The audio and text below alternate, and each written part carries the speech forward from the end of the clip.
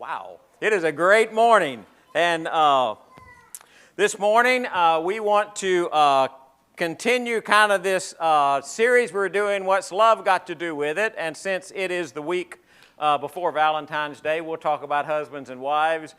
We will spend, according to projections, somewhere between $20 and $23 billion on Valentine's Day. The average person spends $165. I do not spend that much, so just so you know, I am not average. But there was this guy named Tim. He was talking about a wedding he did, and you know it's not unusual for young couples to get a little bit nervous during ceremonies. And I mean, just personally, I've seen people who, they can't figure out what they did with the ring. They can't figure out what they're supposed to do with the bouquet when it's time to do the vows. I've seen them cry the entire service. I've seen them laugh the entire service. I have seen them get so broken up they could hardly speak a word. It's especially grooms, not brides as much. But they just couldn't speak at all. So this guy Tim talked about one time he was doing this wedding and he got to that part and he was ready for "Till death do you part." And this bride got the giggles. And they got to death, till death do you part. And she just started giggling. So, kind of the congregation just kind of waited for a minute. She kind of quit giggling. He said, "Till death do you part." She just started giggling again. And it's like the more she tried not to giggle, the more she giggled. She was kind of getting uncontrollable. So he tried a third time. He said, "Well, till death do you part." And she just burst out laughing. And he said, "Look, if you won't do till death do you part, how about for a couple of years?" Right? So I don't know how that's supposed to work. But when you think about weddings, and you think about relationships, and you think about people, we tend to really sometimes kind of get wrapped up in what I call feel-good kind of love kind of stories. So maybe it was years ago, and you were a kid and you were watching Cinderella, and it was Cinderella. It was the girl who is despised and she's rejected and she's treated poorly, but then she goes to the ball and she catches the eye of the prince and then everything is cool, right? Or maybe on the male side, it's the prince who has been turned into a frog, and then the princess comes and she kisses the frog and he turns back into a handsome prince. And so you get those stories about what it doesn't really look like they should have gotten married, but they did, and it kind of makes us feel good. Then we see it in news. I think in the 50s it was Grace Kelly. She became the Princess of Monaco. You think about the king of rock and roll got married, right, to Priscilla, and that was kind of one of those types of stories that happens like that. There was Lady Diana, and I think if I remember, there were millions of people who watched that wedding on TV. In fact, if I ask, some of you probably watched that wedding on TV. I did not watch the wedding on TV. I've never been a big, I'm going to watch a wedding kind of fan, but, you could nod if you want. How many of you watched that wedding on TV? Oh, y'all didn't even nod, just threw the hands up, right? A lot of people watched that wedding. So you get this kind of feeling about, we like love. And usually, preachers get to times like this and we start talking about, well, we just need to tell you about how you're supposed to do that. And I'm kind of like, I'm not really sure. I've been married several years and really happy to be married. So don't take this. This is all good, hot babe. But I don't know what you do to have a really great marriage, but I know some things that the text tells us. I want to tell you my own little story, okay? There was this Jewish man, and he wanted a perfect bride. I mean, absolutely perfect bride. If the eyebrows weren't just right, she's out. If the hair doesn't look just right, she's out. If her ears are too pointy, she's out. Her ears are too small, she's out. Ears too big, she's out. She's too tall, she's out. Too short, she's out. Too skinny, she's out. 2 not skinny shoes out. I mean, he just goes through and he's looking for this perfect bride. He's looking for one that doesn't have anything at all wrong with her. And so he travels the whole land looking for this bride, and he can't find one that doesn't have some type of imperfection. So now he doesn't know what to do because he can't find a woman to marry. But this is an incredible young man, and he has the ability to create one that doesn't have anything wrong with her. So then he's faced with a dilemma. What do I do with that? Do I get rid of all the ones that aren't perfect and just have one perfect one? What do I do with all of these girls that don't match up to my standard? And he's kind of a man of love. He doesn't want to destroy. So this is what he decides. He says, I can do this in a way that every girl can be perfect. And I think I'll just do that. I think I'll just make everybody perfect.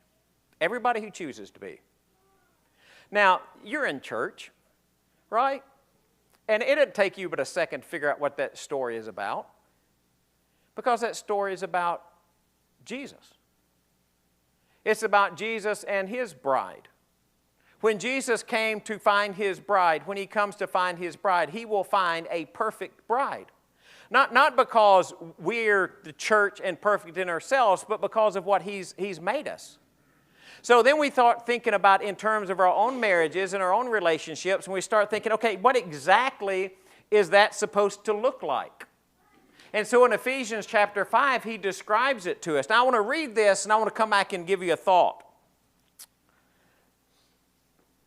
Now, I'll hold that thought till I get to the end. Wives, submit to your husbands as to the Lord, for the husband is the head of the wife, as Christ is the head of the church, his body, of which he is the Savior. Now, as the church submits to Christ, so also wives should submit to their husbands in everything.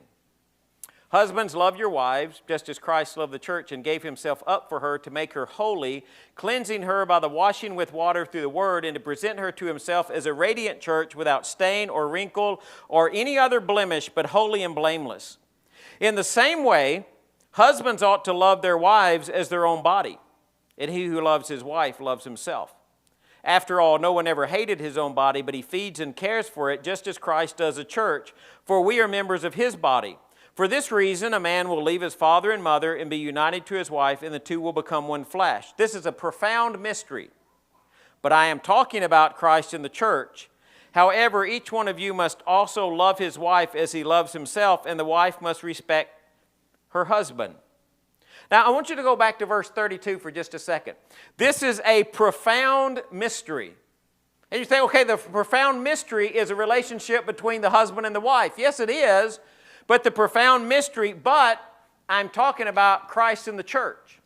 So when you look at the marriage relationship, when you're looking at Paul and what he writes in Ephesians, the marriage relationship is evaluated by the relationship between Christ and the church. That's how we start to describe what a marriage relationship is supposed to look like. It's not just looking at it from a human point of view or just from the point of view of like a marriage seminar. And all of those things have value. They can all have some good. But the question is, does your marriage relationship, do you really evaluate it by that relationship between Christ and the church? And you look and you start asking questions like, well, what does Christ do for the church? I mean, if we're just looking at Christ in the church, what is it Christ does for us? I love this when it says, to make her holy, cleansing her by the washing with water through the word, and to present her to himself. And the NIV says a radiant church. He presents her glorious. I mean, glorious. Just think, I'm going to put a lot of pressure on you guys, okay? So just hang on, and if you get it wrong, go home and apologize and tell them you'll do better next time, okay? But I'm going to put a lot of pressure on you, and you don't have to answer, but if you do answer, it'll help you, okay? Do you remember what your bride looked like when you got married? Oh, yeah. Oh, Charlie, thank you, Charlie. Yeah, baby. See, we kind of did things, we didn't do them. We had balloons at our wedding. I don't know why we had balloons at our wedding, but we had balloons at our wedding. At our reception. Okay, we had balloons somewhere because that morning I went over to the church and met Diane and we blew up balloons. So that morning before we had the wedding, I had already seen her. That was supposed to be bad luck, I think, but it's not. And then we had all of our pictures made before the wedding, except for like maybe one or two, because we had this idea after we got married, we're going to eat and leave, right? Cake, right? That's all we need, cake. So we had all of our pictures made beforehand, and right before the wedding, I mean maybe 15 minutes, I had a friend that came in from Memphis, and he showed up and he said, man, I'm hungry. I said, I'll tell you what, let's do. We got 15 minutes. We'll slip down in the reception area. We'll get some of those peanuts or something, and we'll eat those, and you can come back up and go in the back door. And he said, all right, that sounds cool. So we go down the stairs and go around the corner to sneak into the reception area, except who was already in the reception area? The bride and her maid of honor was already down there trying to steal food. So 15 minutes before the wedding, we run into each other, boom, and so then we're down in the reception area, and finally we say, hey, we got to go because I got to come in the back door. So, so all of this stuff about not seeing her before the wedding, that didn't really work out for us. But I tell you this, I remember what she looked like. I remember.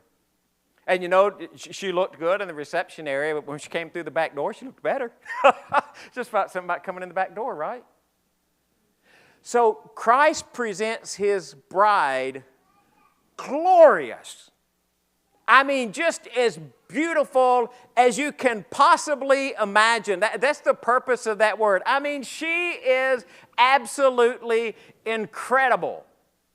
Now, husbands, go home and tell your wives, hey, baby, you're still incredible. All right? You're absolutely incredible. Now I want you to think about this for a second, though. Without stain, wrinkle, or blemish. Now, we're not talking about wives. Not right now. We're talking about the church. Without stain, wrinkle, or blemish. That's how Christ presents his bride. That's what he sees. That's what she is. She has not one fault. Not one fault. Now, you don't have to know much about the church to know we can have fault. There's this verse in the Old Testament that's always created all of this debate. And it's a pretty big debate. It's in Deuteronomy chapter 24, verse 1. It's Old Testament law. If a man marries a woman who becomes displeasing to him because he finds something indecent about her, and it tells him, oh, this is how you get rid of her. Now, that thing about displeasing and something indecent, man, that's a really crazy word. Very, very literally, it says the nakedness of a thing, and then you're scratching your head thinking, okay, what does the nakedness of a thing mean? And it says, well, it's a shameful thing. And so what happened in history is Jewish law people just debated that back and forth. What is the displeasing thing? And so a very conservative group said, well, the displeasing thing is if she's had sexual relationships with another man or she's unfaithful, that's the displeasing thing. The very liberal part of Jewish thought said, no, the displeasing thing is anything that she does that's displeasing. She burns a biscuit, she's out. She don't say good morning the right way, she's gone. She's out. And so they've debated that for years, and I don't want to debate it. All I want you to know is, you know what? You had the fault. Whatever the fault is, you're guilty of it. That stain, wrinkle, or blemish, I want you to know that if you're old enough to know right from wrong, at least anyway, right? You've created the stain, wrinkle, or blemish. But Jesus, looking for the perfect bride, decides, you know what I'm going to do is I'm going to make my bride perfect. Man, and you start thinking, what causes stains and wrinkles and blemishes? And this is probably not a true medical definition, so just go with what I'm saying, all right? Spots are usually called by defilement on the outside because, like, I have spots on my hands. And I don't know what you call those little things, or y'all probably got those too as you get older, those little brown circles and over things. I think that came from fishing too much without sunscreen, because when I grew up, you didn't wear sunscreen. Sunscreen was for sissies. If I had to do it now, I'd wear sunscreen every time I got outside. But when we worked in the cornfield and when we went fishing and when we went hunting, you didn't wear sunscreen, right? Just like you didn't wear earplugs when you shot a gun and you'd listen to loud rock and roll music, which is why now I have to wear hearing aids. So, Charlie, so where do spots come from? Yeah, some usually from some kind of outside influence. Got any spots on you from outside influence? Maybe you followed the crowd one time you weren't supposed to follow the crowd. Maybe you let somebody else decide what was important to you. Maybe you just got into a world and you just couldn't keep on a holy, righteous path. Boy, then I got some wrinkles. Don't y'all tell people I got wrinkles, but I got a few wrinkles. And they're usually kind of decay on the inside some way. You just kind of create wrinkles as you get older. I don't know where they come from, but they just kind of happen. But then you look at that and you think, well, some of the things that I have, some of the things that I struggle with, some of our defilement, is some of that on the inside? Is some of it just my decisions and my choices and just my own desires and the things that I want? And it's like, yeah, it really is. And Jesus comes along and he says, you know what I want to do? I'm going to make you the perfect bride. Perfect bride. And we're not deserving. We're just chosen. God chose us in Jesus. Jesus chose us to be his bride. And so that kind of leads into another question. Well, if that's what Jesus does for the church, and how does the church honor Christ? What do I do with that? What do I do with the fact that I have been chosen as the perfect bride? Well, what I do is I respect and I honor and I obey Jesus. Now, is it because it's a burden? No, not because it's a burden. Because he just gave me a list of things to do. So, you know, you got your kind of checklist and you go through like I get all of these things checked off just right. No, it's not about checking things off of a list. It's privilege. Christ in his incredible love has given me an opportunity, at least to the best of my ability, to reciprocate that love. And so I choose to honor him. I choose to follow him. Now, I know what you think when you look at this and you're reading through this passage. Is Jesus really like, if Jesus wants everybody to do something, is there anybody who can say to Jesus, no, I'm not going to do that if he really wants you doing it? Like, he is all powerful, right? I mean, he is the one who says, hey, this is the deal. But when we're talking through this about submission and following and honoring, if you just do something for the sake of doing it, is God always happy with it? Y'all can do like this. That's the answer to that question. No, he's not. Why not? And in the Old Testament, God says, I want you to bring sacrifices. So they bring sacrifices. Thousands and thousands of sacrifices. Multitudes of dollars worth of animals.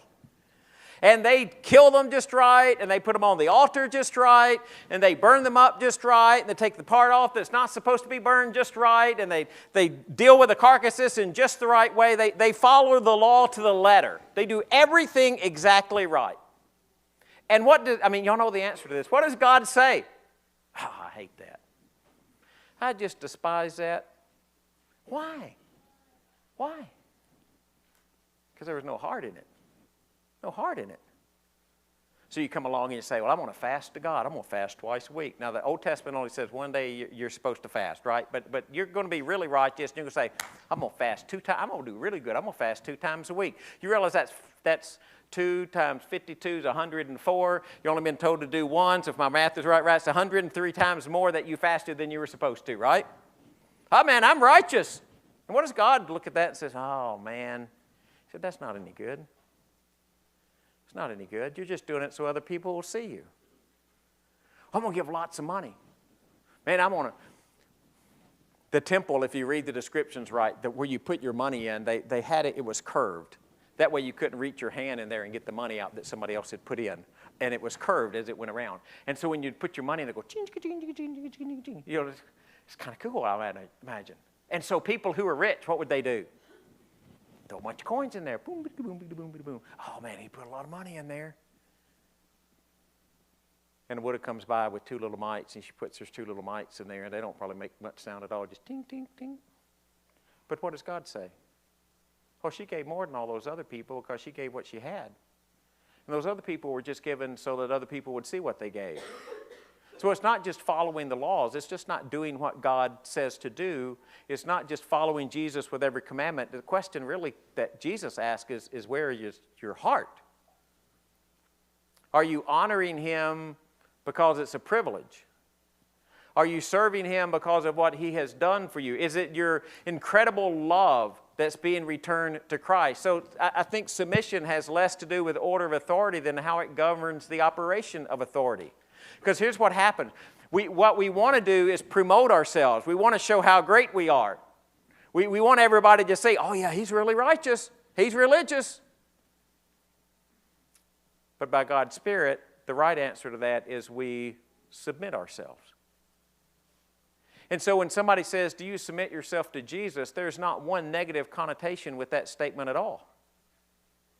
If somebody were to walk up to me and say, I want you to know, do you submit to Jesus? I wouldn't at once think, well, I'm not going to submit to somebody. No, it's not about an abuse of power. It's about honoring the one who has done so much for us.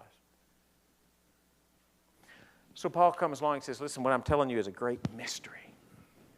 The mystery. You know what the mystery is? The mystery is Christ in the church.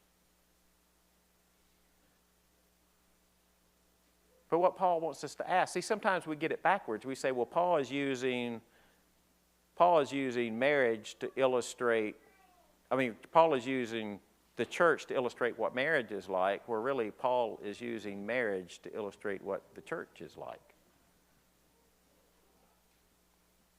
And that gets us to a really tough question, doesn't it? Does your marriage reflect the relationship between Christ and the church? Husbands, do you love your wives the way that Christ loves the church? He was like, well, Greg, what is that? That's sacrificial. How did Jesus create the perfect bride? He gave Himself. He took on all of her faults and her problems and her issues. He came to bring her cleansing. He came to make her completely perfect. Is our love sacrificial? Is it sanctifying? He came to sanctify her and to make her holy. Do you have a sanctifying kind of marriage?